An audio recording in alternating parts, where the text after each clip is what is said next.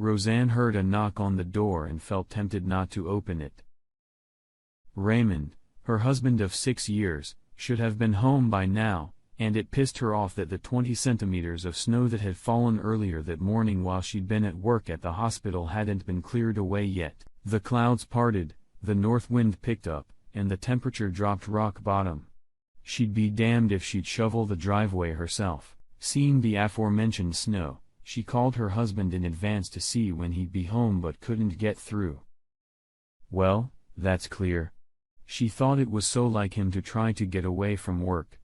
Asshole. At the hospital, she changed into jeans and planned to relax on Sunday after an early morning and a busy day in the various operating rooms and labor and delivery rooms, as anesthesiologists usually did. Since she had only been on staff for 18 months, she had to be on call on weekends. She heard the knock again and went to open the door. Concerned that Raymond was still gone, she looked through the peephole and saw Dell standing next to an unfamiliar man in uniform. Dell, also known as Randall, was a detective sergeant in the sheriff's office, a few counties north of Minneapolis, where he and Raymond had grown up. She and her husband were expected to go ice fishing this weekend. Dell was the biggest redneck she'd ever met. She couldn't believe that she and her husband were best friends, and it always pissed her off when they met. Raymond had only gotten back into ice fishing this winter. She knew he'd done it as a teenager, but she couldn't understand why he was so eager to freeze his ass off again. Maybe it had something to do with his recent illness, maybe not. Damn it, Dell, what the hell do you want? I thought my worthless husband was with you. Dell wasn't surprised at that greeting. They'd never gotten along. Especially in the last 2 years after she'd been caught cheating on Ray. This isn't a social visit, Rosie. It's damn cold in here. Can we come in? I told you I'm Rosanna. I don't like it when even Raymond calls me Rosie, so, no, I'm not letting you in. It'll give you an incentive to get it over with quickly. Dell sighed loudly. Damn you, Roseanne. But okay. This is Officer Tyler Perkins of the State Patrol. He has some official business to discuss with you. Roseanne raised her eyes to the giant officer. She wondered where they always find these huge men to be officers. With his hat on, he looked over 2 meters tall, though he was probably just under 2. Mrs. Franklin, I'm very sorry to inform you that your husband and his car fell through the ice this morning. The part of the lake where he fell is over 45 meters deep, and the ice in that area is not considered stable enough to use large rescue equipment. Current rescue efforts have been unsuccessful, and with him being there for so long, no one believes anyone else might still be alive. In a couple days, when the weather improves, we will try again to get the car and his body out. Here are some photos from the scene before the rescue crews showed up. The officer had a clipboard and flipped through some photos where she could clearly Raymond's tent and camp stove standing next to a large hole in the ice that Raymond's SUV seemed to be too heavy for. There were also several photos of the dive team working with lightweight equipment they could have used to lift the SUV had they been able to find it earlier in the day. Roseanne said, "This is holy crap. He doesn't even know how to fish properly. Now who's going to clear that damn snow off the driveway? I swear to God he can't even die right. Poor Samantha. I bet she wishes it was you with him." The officer was stunned to see that this woman was completely to her husband's death. Dell, on the other hand, was not surprised. The second honeymoon after her mother convinced Raymond to take her back didn't last long. For years, she'd been harpy toward Dell. "I warned Ray not to drive too far. This winter wasn't that cold, so it wasn't safe to drive too far from the coast. But he kept trying his luck," Rosanna replied. "Maybe the headaches from his cancer became too unbearable and he decided to jump out of his underpants and kill himself?" Dell's face reflected surprise. "Did you know about the cancer?" "Of course, I did," Roseanne replied. "That asshole couldn't hide anything from me. He thought he was keeping it a secret, but when I saw the $4,000 check to the hospital, and discovered the CT scan of his little brain hidden in his office files, I knew.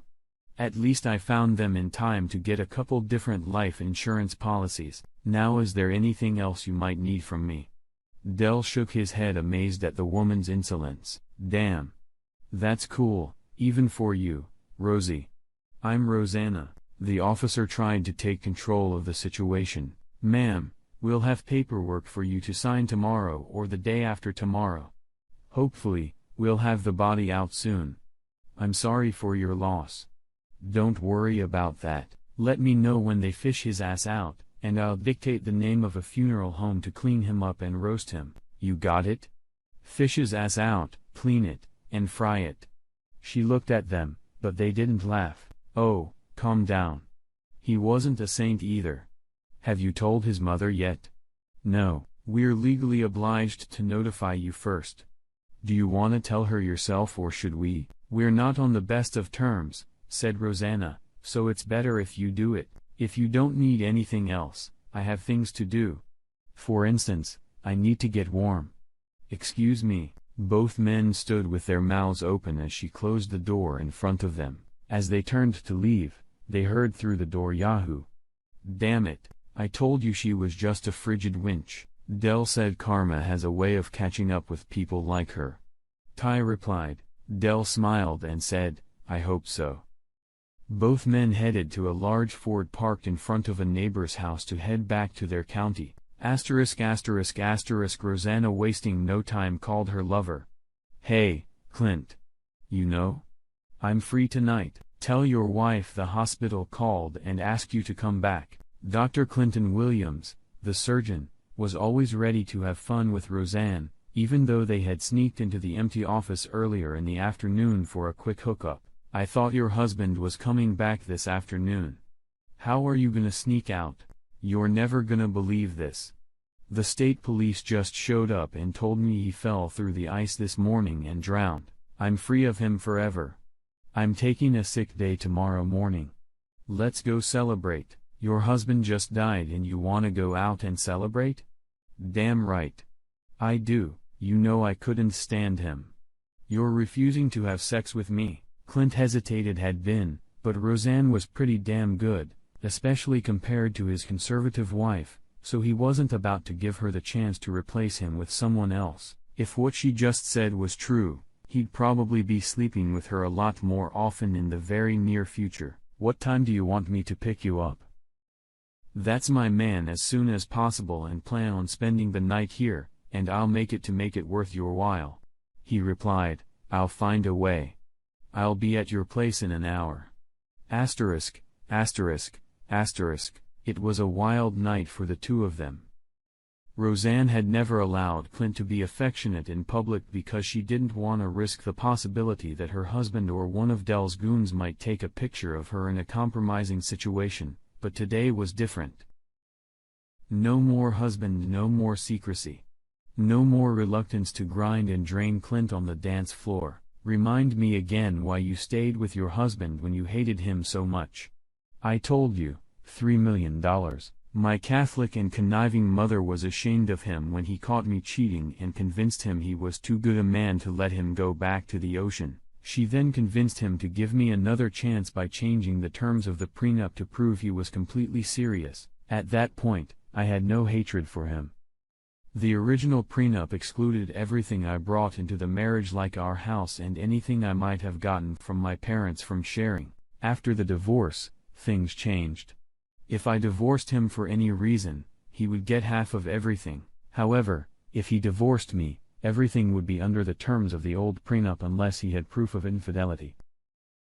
Which is why you and I only had to have sex in the hospital under very controlled conditions. Getting caught would be too expensive. If I caught him cheating, I went back to the terms of the old prenup, so I kept putting slutty girls on him, but he never bought it.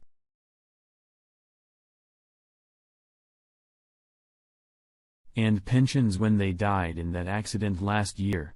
I didn't want him to get even half that amount, so I stayed married to him until now. I don't understand. Clint said. If you cheated on him before, why did you stay married? I just felt so bad. At 30, I'm too young to be I had never failed at anything in my life, so I wanted to prove to myself, my parents, and him that I could be a good wife. It wasn't until later that I realized I wasn't cut out for monogamy and should have used this as a chance to escape.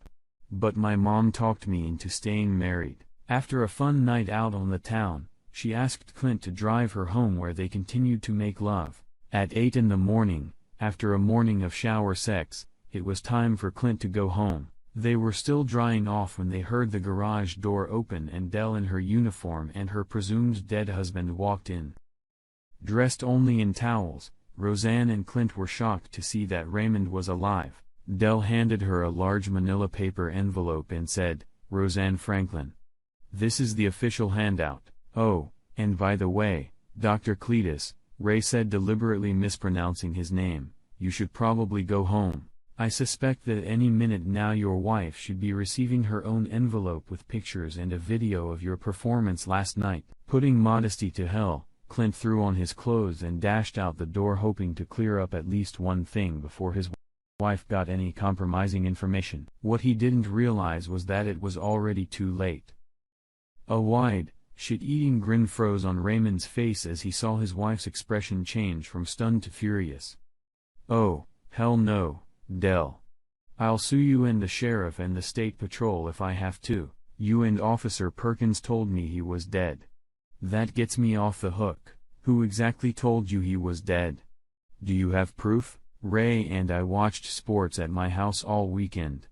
It was too cold to fish. Samantha wasn't too happy with us. I'll let you in on a little secret, Rosie. I haven't been ice fishing since I was a kid. I love fishing, but not when it's cold. I'll get the phone records. I'm sure there are cell phone records from cell towers around here. I'll get the patrol car records and demand an affidavit from Officer Perkins." "Good luck to you, Rosie," Ray said. "I'll see you in court." He and Dell turned to walk out, grinning like idiots. Roseanne almost screamed. "No. No. No. That's not going to go away. It was false information. I didn't do anything wrong." Ray and Dell kept walking and laughing. Roseanne collapsed on the bed, unable to believe that the two idiots had outsmarted her. Back at Ray's SUV, which obviously hadn't fallen through the ice, Dell asked, "Wouldn't you like to stay and watch her face when she finds out there's no Officer Perkins on the state patrol?" She never got a good look at his car and apparently failed to realize that his uniform was a very believable masquerade costume. "No. I don't need to stick around for that. The cameras inside the house are still working. I'll see and hear everything later. Besides, I need to go and thank Ty for the performance he put on. He must be a good actor. Also, Samantha came up with a great idea about faking the CT scan that made Rosie think I had cancer. Ty had the pleasure of doing it. Besides, considering you paid the deductible on his insurance to help his daughter get her eye surgery, he felt obligated to you. That's what inspired Samantha's idea to make that payment look like you were getting tested for cancer. I just made the payment in advance. Ty's too nice a guy to worry about that. Didn't you say he passed the deputy exam?" "Yes. He did. For the next 6 months, we got to find a place for him. Buying a tent that looked exactly like the one that fell through the ice with the SUV last year was a stroke of genius. If I didn't know for sure, I could have sworn it was your tent in that picture. It was pretty easy." She wanted to believe it was true, and she did. "Are you staying in Minneapolis or moving closer to home?" "Closer to home, I think. There are some nice places near St. Cloud that are only a half-hour away. Mom will be happy. Getting a big check from the divorce means I can start my own engineering company or just hire consultants on the side. Maybe as a thank you for helping me, I'll send you and Liz to Cancun for your anniversary." I'm surprised she's so interested in a beach vacation with her fair skin. You're only mentioning Cancun because you're hoping she'll put a good word in for you with her pretty sister Angela. Good thing. You're the detective and not Rosie. You can see what's coming.